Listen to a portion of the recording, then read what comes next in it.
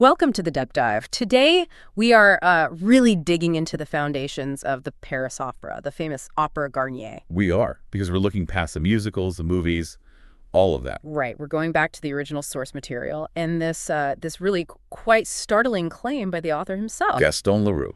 He insisted the Phantom of the Opera existed in flesh and blood, not a myth, not just some artistic idea. Yeah, in flesh and blood.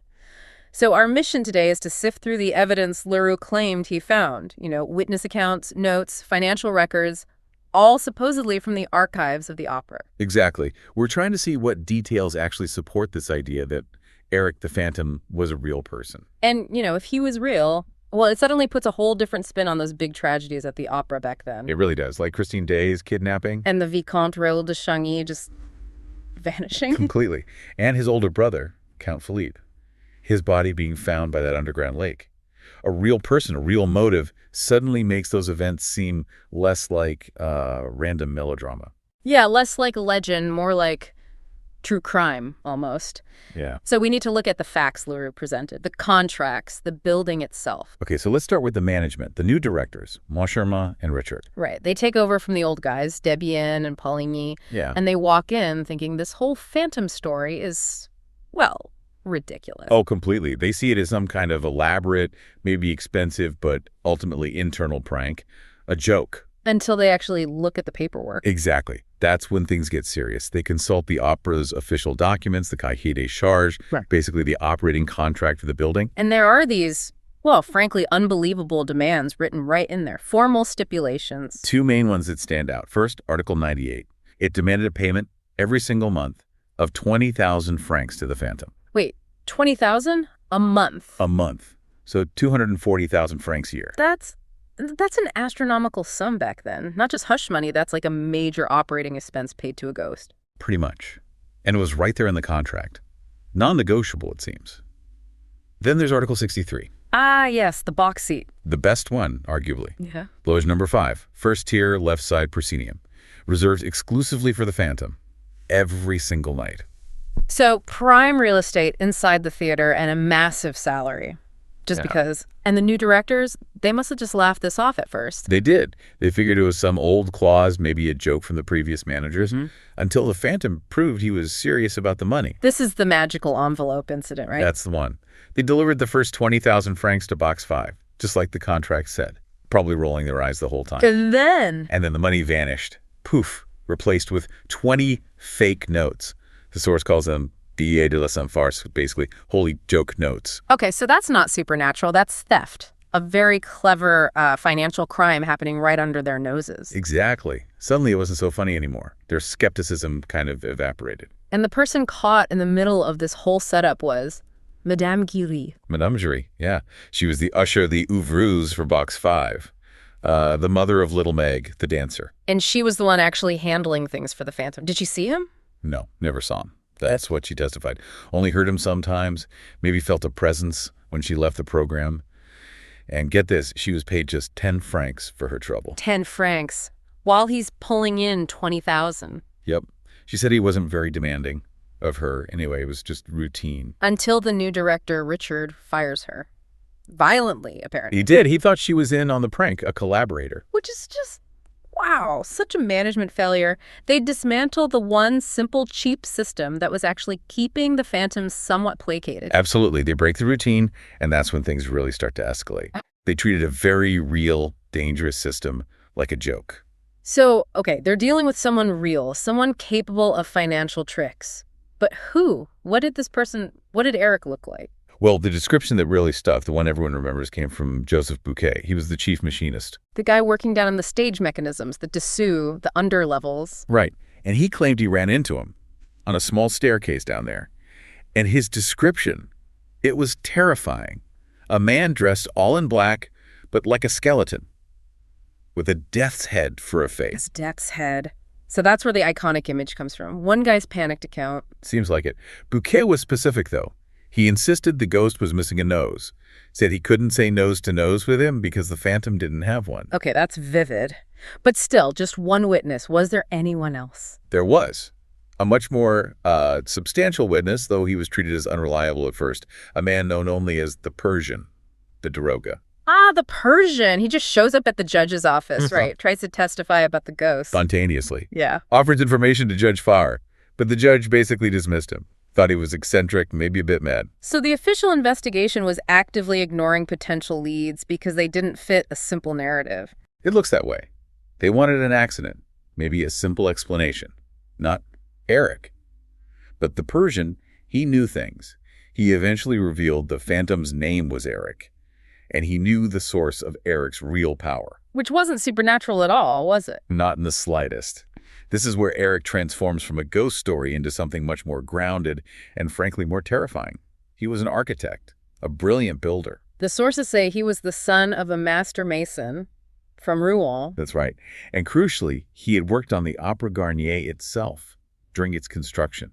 He built hidden walls, secret doors, and especially the traps, the trap doors. He built the secret passages within the building's foundations. He did. His knowledge wasn't just of the building. He literally constructed its hidden pathways. That's how he seemed to command the opera itself. It wasn't magic. It was architecture. The Persian called him the trapdoor lover in his past life, didn't he? He did, because he was a master of using hidden routes and mechanisms. His ghostly appearances and disappearances were just expert use of his own hidden infrastructure. That makes him so much more formidable. Not a spirit, but a genius engineer manipulating his environment. Okay, so let's connect this practical genius to the emotional core, Christine Daae. Christine, her voice. It wasn't just good. It apparently became transcendent almost overnight. Yeah, the sources note she was, fine 6 months earlier. But then after singing in Faust, something changed. She suddenly had this incredible power and purity. And Christine herself, she didn't credit practice. She credited the angel of music. This idea her father, the fiddler, gave her on his deathbed, that an angel would come. And Eric, Eric seized on that ruthlessly. He presented himself as that angel. So he finds this deep personal belief she has and just exploits it. Completely. Demanded secrecy, obedience, and for 3 months, he gives her intense private singing lessons, all within her dressing room, through the walls apparently, molding her voice. Wow, so isolating. And meanwhile, poor Ro de Chagny, the Vicomte. Her childhood friend, he's completely lost. He tries to reconnect with Christine, but she's distant, obsessed with this mysterious voice she hears. He must have been going mad with jealousy and confusion. Oh, definitely. And it gets worse. One night, he's hiding near her dressing room, and he hears it. A man's voice, described as grave, serious. What did it say? Something like, "Your soul is very beautiful. I thank you. No emperor has received such a gift." But Raoul thought she was alone in there. He was convinced she was. Yet he heard this voice. It made no sense to him. So he tries to figure it out. He follows her, right? To the cemetery. Yes, to Perros in Brittany, to her father's grave. He's probably looking for a rival, some earthly explanation. But instead, he gets what sounds like confirmation of the supernatural. It's midnight, he's hiding, and he hears a violin. An invisible violin playing the resurrection of Lazarus. the piece her father used to play. The very one. And hearing that over the grave, well, that convinced Raoul too. He started to believe maybe she was visited by some kind of angel or spirit. Which explains why neither of them was prepared for the sheer violence Eric was capable of. The gala performance. The climax. The sabotage of Carlotta, the rival diva. The horrible croak sound, the quack. The toad, mid-performance. And then the chandelier. Yeah. The massive multi-ton chandelier. Intentionally dropped into the audience. That must have been absolute terror, cementing the Phantom as a monster. Absolutely. And after that, Christine is abducted.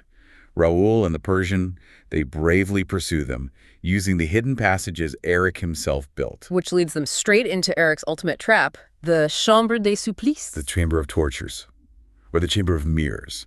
This was Eric the architect, Eric the illusionist, at his most diabolical. So it wasn't just a room, it was a weapon. A psychological weapon, yeah. He'd apparently built something similar before, a House of Mirages in Persia. This was a hexagonal room lined entirely with mirrors, endless reflections, disorienting. Designed to overload the senses and the illusions. They weren't just visual, were they? No, the room itself seemed to transform. First into a burning jungle, then a suffocating desert. But the sounds were key. What kind of sounds? Things designed to break them. The Persian later described how Eric made the roaring of a lion. It wasn't real, it was a special glove rubbed on a tambourine. Wow. Simple, but terrifying in that context. And when they were desperately thirsty, dying of thirst in the simulated desert heat, he tortured them with the amplified sound of running water.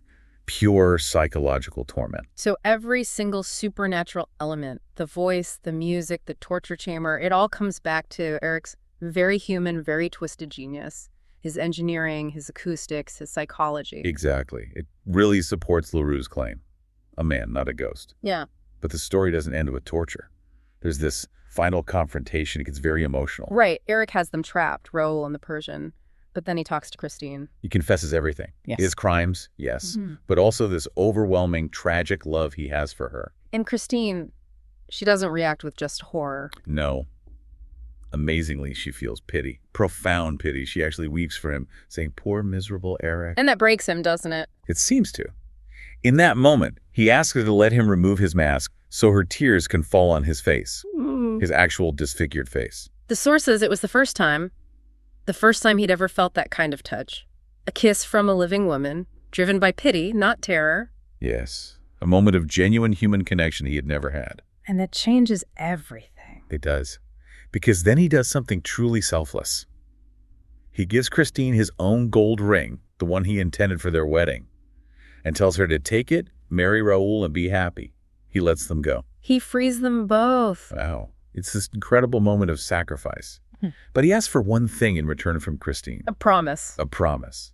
That when he eventually died, she would come back, secretly bury his body near the underground lake, and place that same gold ring back on his finger. And did she? Did she keep that promise? According to the Persian's account, passed to LaRue. Yes. Eric apparently told the Persian later that he was dying of love, essentially choosing to die after letting Christine go. In his body. It was found eventually. Yes. Years later, workers found a skeleton down there, near the lake. And the only reason they could identify it is Eric. A ring. The gold ring was still on his finger. Christine kept her word. So Eric gets this sort of quiet, hidden end. What about Raoul and Christine? They disappeared. Eric asked the Persian to place a simple death notice in the newspaper, L'Epoque. After receiving some final mementos, Eric sent him letters, gloves. But Raoul and Christine? They just vanished. Took a train from the North Station of the world, as the source puts it. Presumably found some quiet place, found happiness, finally free from the opera and its shadow. So when you put it all together, LaRue presents Eric not as some gothic monster, but as this incredibly gifted man, architect, musician, inventor. A genius, definitely, but warped, twisted by lifelong rejection because of his face, his ugliness, forced to hide his talents, or worse, use them for tricks, for control, for crime. He said it himself, didn't he? That his heart was big enough for an empire, but he had to settle for a cellar. Yeah, and his final self-assessment was just heartbreaking. He just wanted to be someone like everyone else, but the world wouldn't let him. It pushed him into the darkness. Which leaves us, and you listening, with a really difficult question, doesn't it? Based on this version, the evidence LaRue claims he found was Eric a monster, a criminal mastermind? Or was he ultimately a tragic figure, a genius destroyed by cruelty and isolation? It's not clear-cut at all, is it? The line between those things feels incredibly fine.